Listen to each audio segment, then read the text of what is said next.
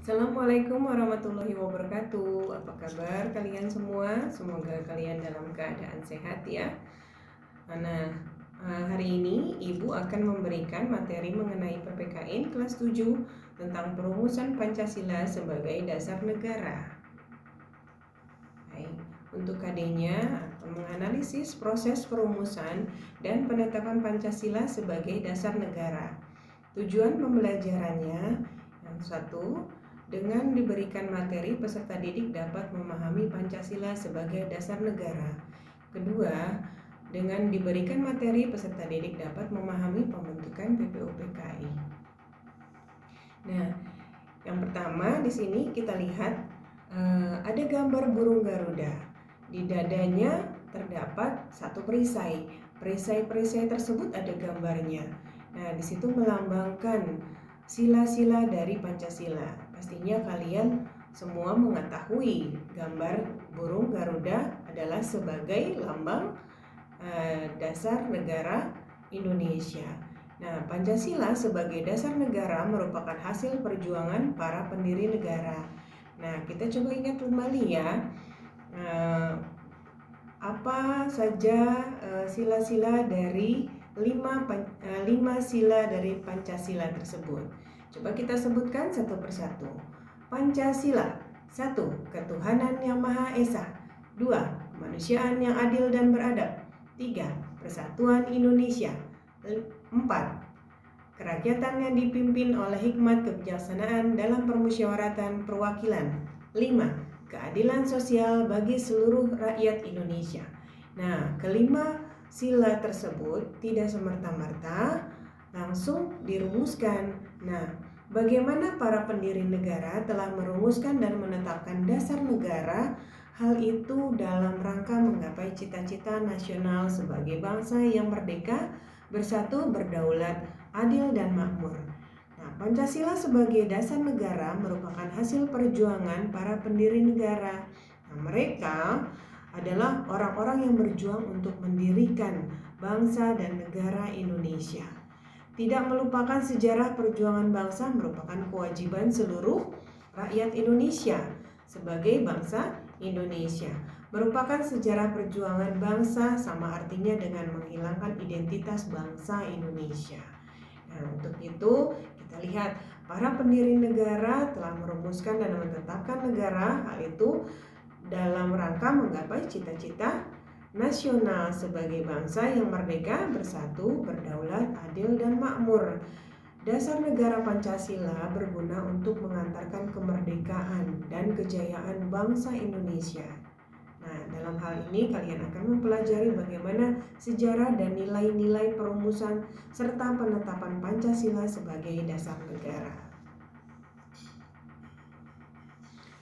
Kita coba lihat lagi, di sini ada gambar ya. Suasana di dalam satu ruangan, ada beberapa orang yang hadir di situ. Coba kalian amati kegiatan tersebut. Kira-kira mereka sedang melakukan apa? Nah, mungkin bisa kita pahami kalau misalnya terlihat seperti ini, kegiatan seperti rapat ya, seperti di dalam sidang. Nah, kegiatan tersebut adalah kegiatan pada saat sidang BPUPKI. Apa itu BPUPKI? BPUPKI singkatan dari Badan Penyelidik Usaha Persiapan Kemerdekaan Indonesia, atau yang biasanya dikenal dengan Dokoritsu Junbi Tosakai. Nah, di sini kita lihat ya mengenai sejarah awal mulanya bagaimana BPUPKI tersebut. Nah, untuk memenuhi janjinya, Jepang membentuk Badan Penyelidik Usaha Persiapan Kemerdekaan. BPUPKI dibentuk oleh Jepang pada tanggal 1 Maret 1945. Latar belakangnya adalah Jepang mulai menguasai wilayah Indonesia setelah Belanda menyerah di Kalijati. Nah, kedatangan Jepang semulanya disangka baik oleh bangsa Indonesia. Ternyata mereka bangsa Jepang itu banyak berkumandang semboyan-semboyan. seperti Jepang Pelindung Asia, Jepang Pemimpin Asia, Jepang Cahaya Asia, dan untuk menarik simpati bangsa Indonesia.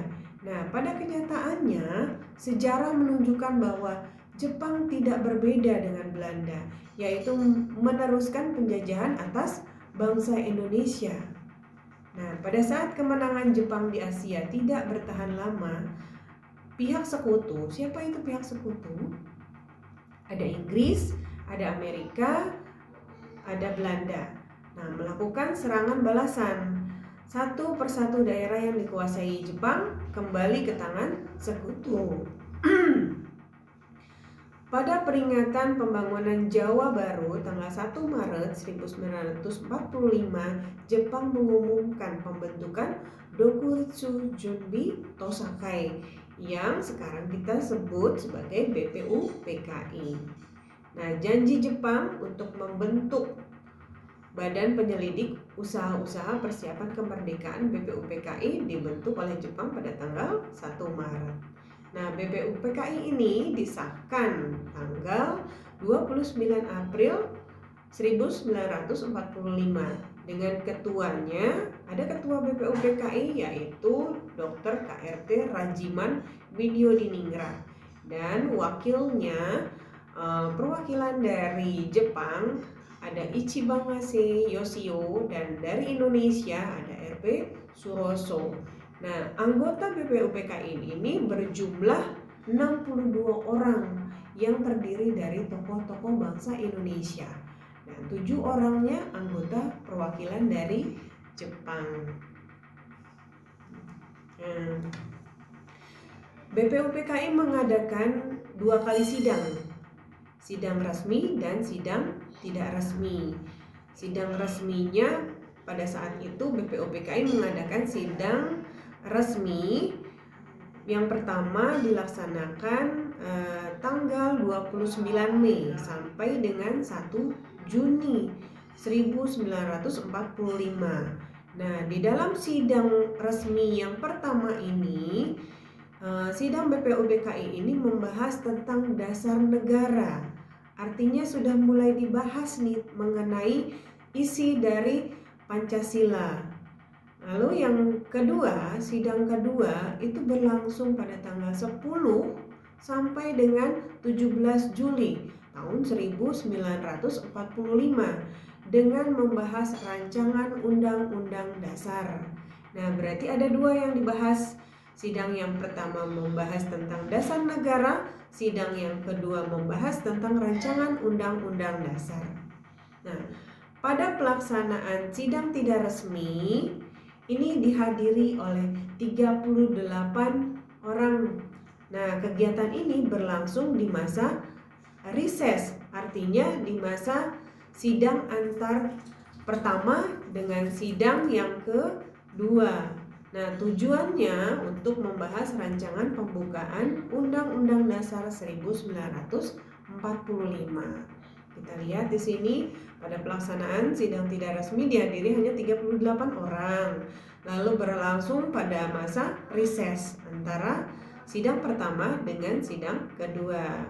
Jadi tidak resminya ini hanya diwakili oleh 38 orang dari 62 anggota BPUPKI. Nah, tujuannya untuk membahas rancangan pembukaan Undang-Undang Dasar 1945 yang dipimpin oleh anggota BPUPKI yaitu Insinyur Soekarno. Oke. Nah, di sini pada saat sidang BPUPKI dilaksanakan di Gedung Chosang-in pada saat itu. Nah, kalau misalnya sekarang gedung itu dikenal dengan sebutan Gedung Pancasila. Ya. Nah, pelaksanaan sidang tidak resmi dilaksanakan dihadiri oleh 38 orang. Pada saat BPUPKI dipimpin oleh Insinyur Soekarno. Nah, sidangnya di Chosang-in ya, dan dikenal kalau misalnya sekarang itu Gedung Pancasila. Nah, sejak berkuasa di Indonesia, Jepang dengan segala cara menguras kekayaan dan tenaga rakyat Indonesia. Hal ini menimbulkan kesengsaraan dan penderitaan bagi rakyat. Namun penderitaan tersebut tidak menyurutkan semangat perjuangan kita untuk meraih kemerdekaan. Dan berbagai upaya dilakukan bangsa Indonesia dengan menyusun barisan dan bersatu padu mewujudkan merdeka yang dicita-citakan. Nah, di sini tugas kalian adalah untuk meneruskan perjuangan para pahlawan dan tokoh-tokoh nasional Indonesia. Untuk itu kalian harus bisa bertanggung jawab atas tugasnya masing-masing. Baik, demikian yang bisa Ibu sampaikan. Terima kasih. Wassalamualaikum warahmatullahi wabarakatuh.